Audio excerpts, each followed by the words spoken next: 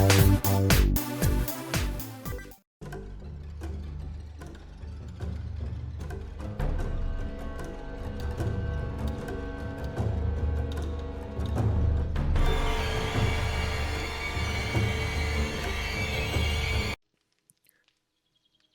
all Movox Lives. I think it's time to play a little 7 Days to Die.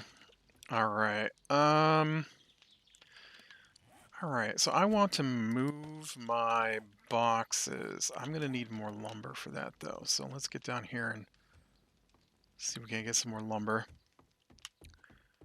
So finally got around to trying to sink our teeth into my new board game I got. So I bought a bunch of board games at one point on Kickstarter. So they were Kickstarted board games. Well, I had gotten a game. Let me see if I can remember how this went.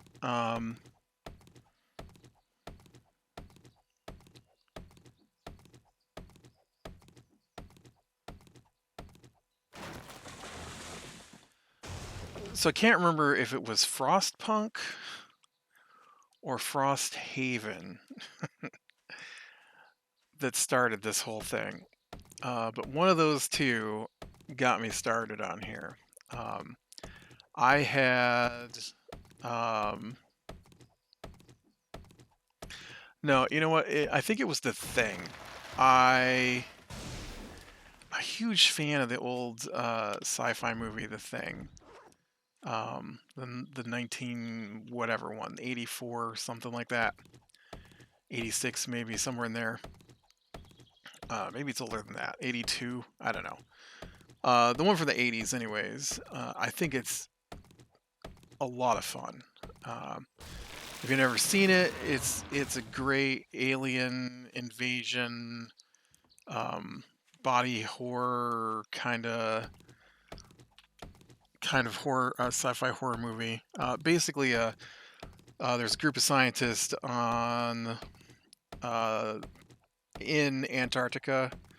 Where they're like nobody comes in and out for months at a time, right? I mean, I think it's not as bad now. We have better technology, but back then it was like there's a flight every 3 months kind of thing, And so these guys had reached the point of the year where everything has to shut down, and well, just before the first winter storms hit,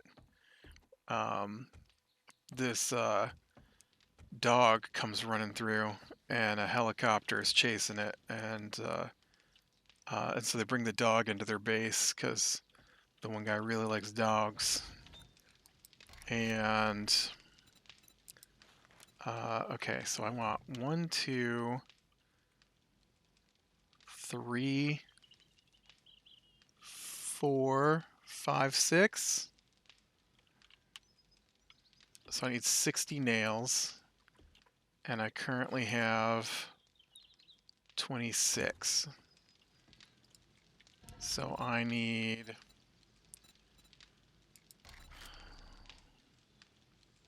34 nails. And well, the dog isn't a dog. The dog used to be a dog that got infected by an alien that is intelligent, but I don't.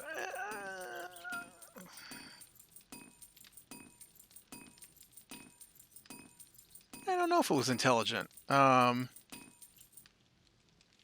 But they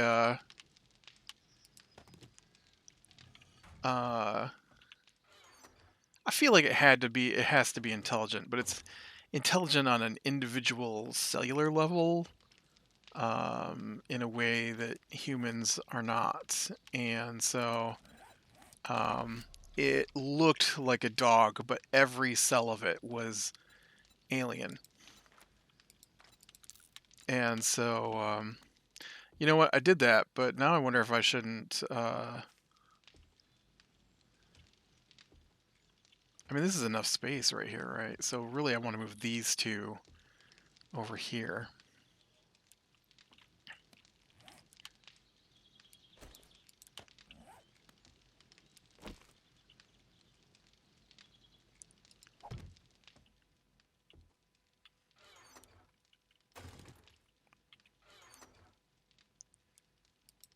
and so then they proceed to try to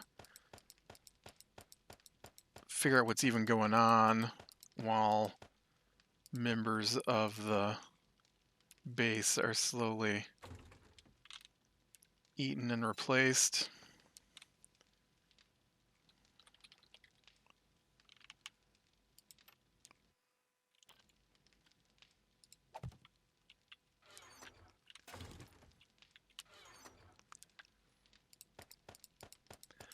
So anyway, so I bought this board game off Kickstarter. I'm pretty sure that was the first one. And then Frostpunk, which is a game I love, come out with a board game, and so I purchased that one. And then I had looked at Hunter AD, and then it had a second Kickstarter for a second batch of game, and so um,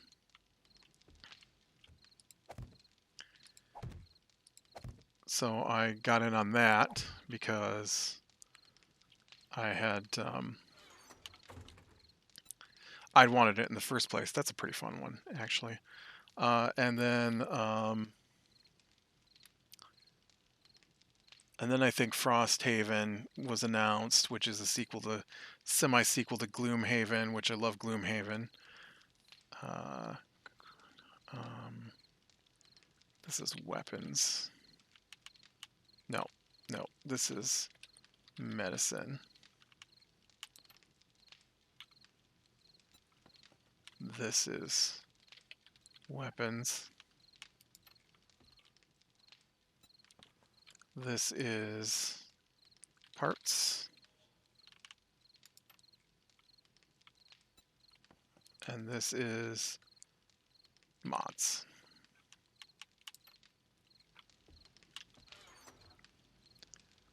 And this is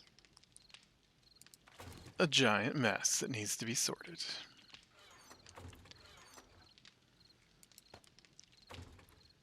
Okay, there shouldn't be any foods.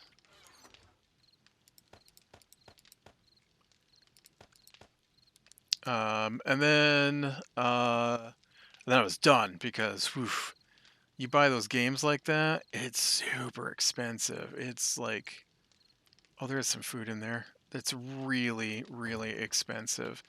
Because the games that I'm purchasing are not, mass produced, whole factories dedicated to it, Monopoly, right?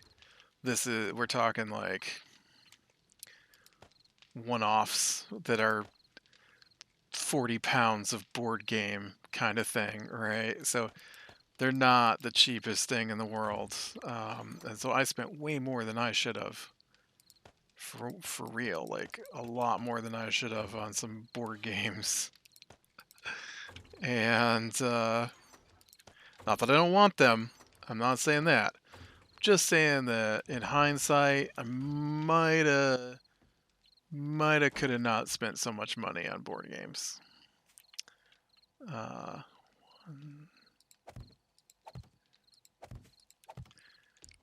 and so,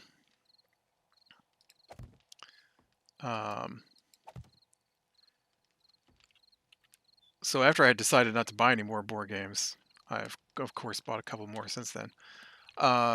They advertised Bard Song, and I typed in Forge. That's not what I wanted. I wanted Frame, and so I'm just like, woof, this game.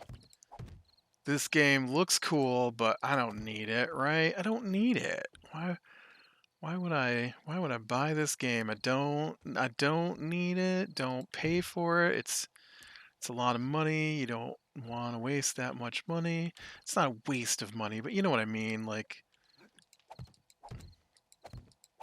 I could do things like pay bills or, you know,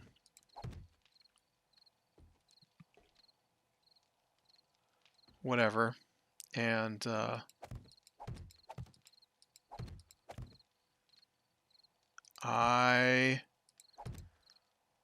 Well, it said, oh shoot, that's not. I got suckered in because it said Gloomhaven and HeroQuest had better hold on to their hats. And I'm like, oh, those are like, HeroQuest is hands down my favorite board game of all time.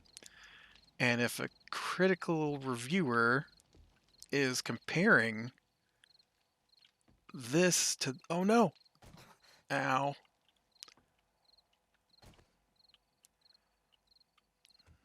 Well, let's see. 1, 2, right? 1, 2, 3. So it should be here.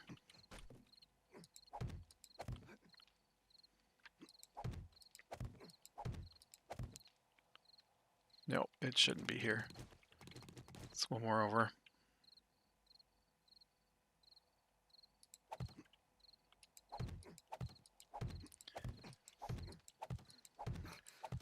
So bought it anyways. And so it finally came last week, and no, 2 weeks ago.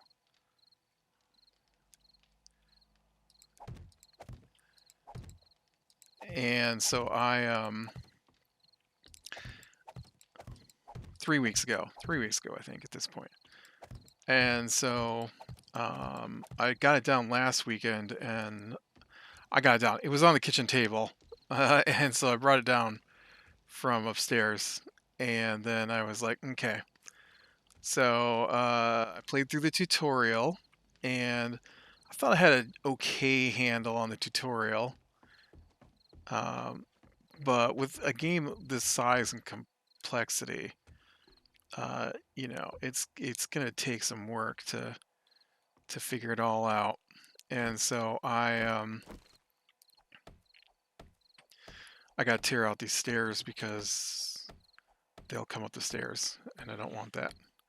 I'll bust out my one pillar there.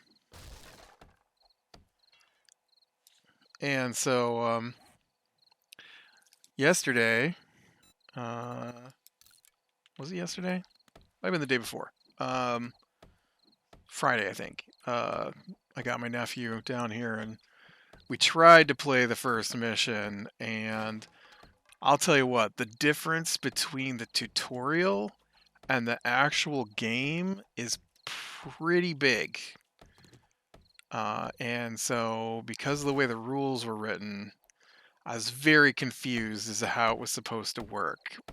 I feel like I got a good handle on it now, but we are definitely going to have to start over because I did not understand what I was looking at. And but yeah, it's pretty fun. The combat's decent, and it's got a little storyline going with it. And because of the way the game plays, you don't know what it's going to be like when you sit down to play it in a good way. And so basically, it's got there's a board, but the board is mostly blank. It's got some slots for things, you know, stenciled on it, but there's not anything that on the board basically.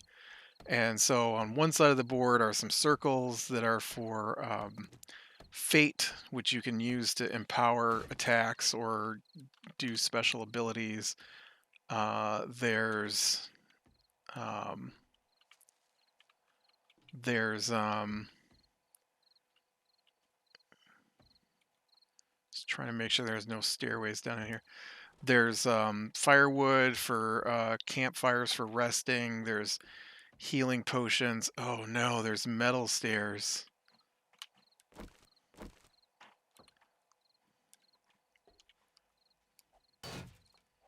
Oh, and they're like 2,000.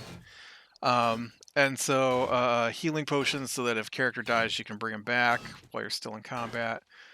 Um, and then this thing called Charm, which lets you bring back a fate token if you don't have any fate tokens available. So that's on one side. The other side are squares for cards. And then there's another set of squares on one side for your reputation. Um, and then there's a spot for money, because you, as a party, you share the money. Uh, the slot for cards on the one side is interesting. The combat is very similar to D&D, which I play a lot of D&D, which might be why I like it so much. And so there's an initiative order, and the initiative order is done with cards. And so every hero's got a card with their picture on it. And then the bad guys have a card that's all their information. And so you shuffle those, and then after you shuffle them, you lay them down, and that's the initiative order, or the marching order as they call it. And that changes every round of combat. And so that's fun. I like the idea of changing initiative order. That doesn't happen in D&D. I have played it in a version where it does change constantly, which I thought made it more fun, but also makes combat a little more, we call it crunchy, um, as in number crunching. Um, it extends how long it takes for combat to go, and there's more adding and subtracting to do. But I kind of like the concept of a shifting initiative as you play. But so I think that's cool. Um, and the combat's pretty fun. I especially like we did a boss battle, and it's like a bad guy will have his own stats, right? And so there's a to hit number. For example, there's the Hobgoblin Bandit, I think it's called, and so the bandit's got like a to hit number of 9 on the corner of the card. So you roll a d20, and if you roll the d20, you add your hero's modifier, which is just like D&D. And so like I'm playing a thief, so his modifier is dexterity. So I add his dexterity to it, and which right now is a +2, and so then the +2 um, adds into it, and it becomes whatever I rolled. So as long as it's more than the 9 or higher. So if I roll like a 7, I add my 2 to it, it becomes a 9. That means I hit. And then this is different from anything I've played before, but you have a weapon die that you roll. That's not different. That's standard role playing game. Um, and then you check that against the bad guy's toughness number. His toughness, yeah. And so if you like you've already hit, you roll the dice. It tells you if you hit or not, and so the that's done. But then you roll your damage to see if you do the bad guy's toughness or higher. So if you did, this guy's is 4. All right, I roll a d6. If he's the only one in the zone with me, um, then I get to add 2 to my damage roll. So I roll a 3, right? He's the only one in the zone with me. I add 2 to it. It becomes a 5. That's my special ability as a assassin, rogue, whatever exactly my character is. And because of that, I have hit him with a critical hit. Uh, and so also, if you roll a 20 when you roll your d20, then that's an automatic critical hit. You don't have to roll to see if you do more than his toughness. So I like that. That's pretty cool. And then your abilities, the way you fight is you've got ability cards. And when you start out, you've got 3 of them. One's passive, and 2 are active, meaning that you have to say you want to use the active ones. And so, did I go in here? I feel like I already went in here. And it's a dog. I'm a dead man.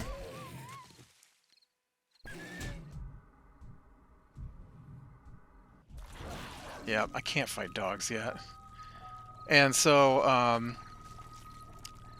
your your ability tells you what happens if you hit, what happens if you miss, what happens if you crit. Maybe. Not every ability has a hit, miss, or crit. So like my piercing attack, for example, on my assassin. Um, if I hit, I don't do any damage.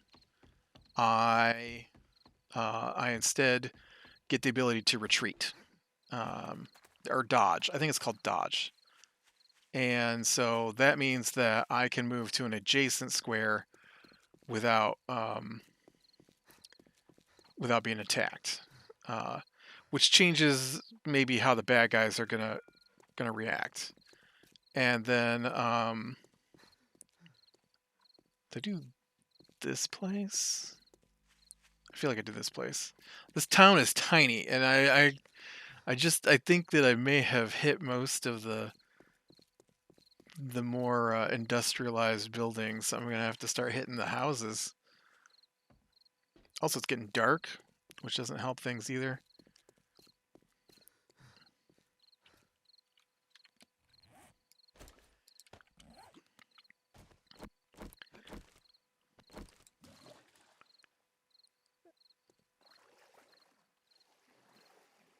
Oh, I thought that was thought that was a thing. It's not a thing. I thought that was a couple of bags, but that's a dead body. I just got I just got water to drink from dead body. That'll go down well when I catch something and die. It looks like I've been in here too. Man, guy, you didn't leave yourself any place to loot. So, and then the bad guys, they don't have hit points. Instead, every bad guy can take up to 2 wounds. Which, if I crit on my assassin, he automatically does two wounds. So, for most of the bad guys that we've faced so far, that's an insta kill. Some of the bad guys, though, they don't work that way. Instead, they heat up, and so you've got your card with his stats on it. And once they take their initial 2 points of damage, then they heat up, and you flip the card over, and they become tougher. And then again, once you do 2 more damage to them, then they're dead. But if there's a group of them on the board, like there's 3 or 4, I don't know, bandits, we'll say. Nice. That's my. Oh, I don't have potatoes yet, though. Doesn't help me because I got no potatoes. Uh, and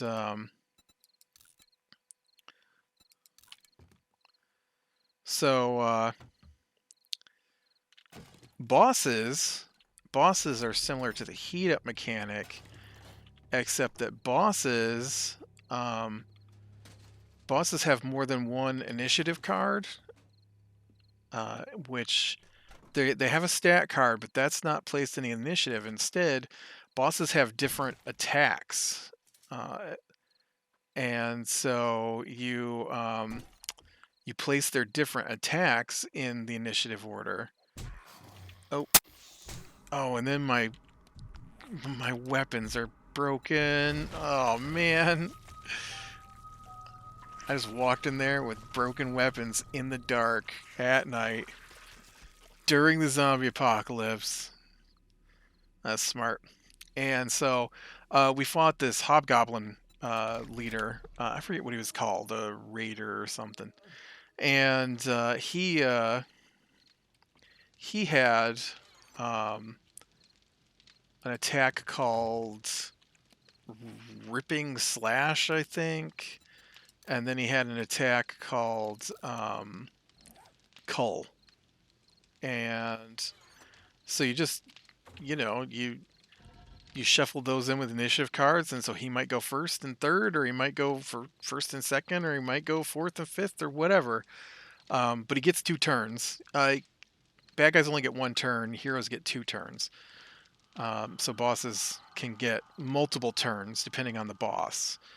The one we fought only had 2 attacks. So, right, I forgot what I was doing. Oof.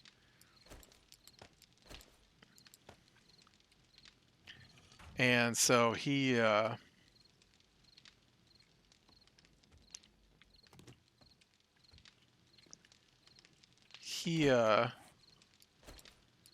so when you fight him, when you fight bosses with the cards, oh, dang it, I wanted that on top, not on the side of it. There we go. That still didn't work out the way I thought it would. Okay, let's do this then. Let's see if I can edge out.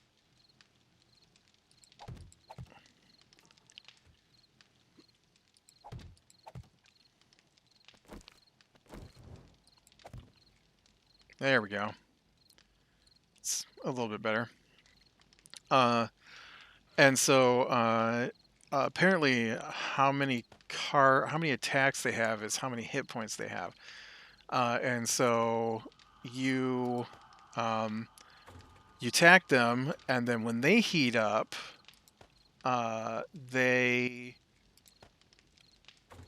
you flip the card. Oh, you know what? I have a backup one, so you can just get scrapped. You flip the card, and then the next time they heat up, you do 2 damage to them, right? Then you flip the next card on the initiative order, and then once all of his abilities are red, which is heated up, then the next 2 damage he takes, the highest one on the initiative order for that turn goes away, and then all the other ones flip back over, and they move back down from being heated up. And so, like, the guy we fought, he had 2 attacks, so we had to flip those each once, so that's 4 hit points. And then we had to do 2 more hit points to take off one of the cards, and then we had to do 2 more hit points to knock over the card to heat up again, and then 2 more hit points to kill him. And so I was killing normal guys with single attacks, and the boss took 10 damage to kill. Right? I mean, my guy's got 4 hit points, and the other guy that was with my nephew, he was playing a kind of a shaman guy named Wild Shell, and I think mine was like Storm Feather or something. And he has 3, so between us we had 7, and the boss had 10 hit points. But yeah, so we got through all that. My confusion is that the way the game plays is you've got the blank board, right? Oops, I did not want to do that. Okay, so let's say this is my board right here. So the board is let's say, what? 2, 3,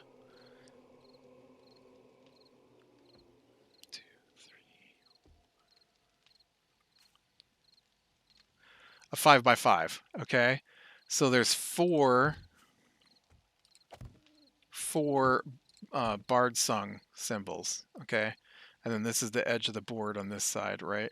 And so when you play, you put down the entrance, and then there's a deck of cards that are rooms and a deck of cards that are corridors.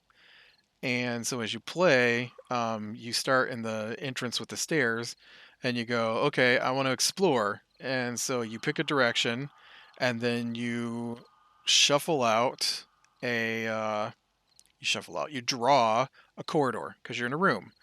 And so then you place the corridor in the direction you wanted to explore. And it doesn't matter which way you place the corridor, you just have to have a corridor that matches the card you pulled. And then the card itself will have a little symbol on it to tell you whether it was an encounter or a challenge. And so then you draw from the encounter or the battle or challenge deck. And so my confusion was that in the book, oh, and then the goal is to get to the other side of the map. Uh, you don't know what the board is going to look like, but your goal is to make it go the upside of the map. The 4 Bard Sung tokens are sometimes there'll be like a treasure or something, and so then you place the treasure on the Bard Sung symbols, and so then you have to make your map cross where the treasure is placed to be able to get that treasure. But mostly you're just trying to get from one side of the map to the other, um, the playing board area. And so my confusion, which is why we have to start over, is that in the book shows a map of the dungeon you're in. And so I was very confused as to how that worked. Well, it turns out it doesn't, the map isn't the dungeon you're playing, the map is the dungeon as a whole. And so when you play the first section, you're supposed to do one of these where you cross from one side to the other. And then the next section is again one of these where you cross from one side to the other. And then in the book, it's like the next section is a choice. And so there's some narration to read. And so then you choose if you're going to go deeper into the dungeon you're currently in or if you're going to um, go off after the boss. And so because this way was a locked door. And so you had to go that way to get the key, to go through that way to get through the locked door, or you can just go off and fight the boss. And so I did not understand how the map in the book didn't match the map. Like I couldn't figure out how drawing cards was going to make me match the map in the book. But the map in the book wasn't like that. The map in the book was like a map of, I don't know, a map of nodes, they called it. And then each node was an individual play session. And so it's supposed to we did three rooms and then we're like, "Oh, well the chapter's over." But no, that was supposed to be 3 separate dungeons that we fought through. Which way changes the game because you get like experience and money and stuff to upgrade your characters as you go. And so if we just went the way we're way behind on money and experience because I didn't understand how the game works. And so I had to watch a YouTube video explaining how the nodes translated to the dungeons because it was confusing me. But yeah, it seems like it'll be a fun one. And hopefully, I thought maybe we'd play it today since everybody was home and the kids got in trouble and got grounded from their electronics. But I haven't heard a peep from them all afternoon. So. But yeah, Bard's Song, pretty awesome. Definitely a fun Kickstarter that I threw my money at. Uh, all right, well, with that, I'm gonna call it a day. So, bearing the small things, leaning the light. I will talk to you later.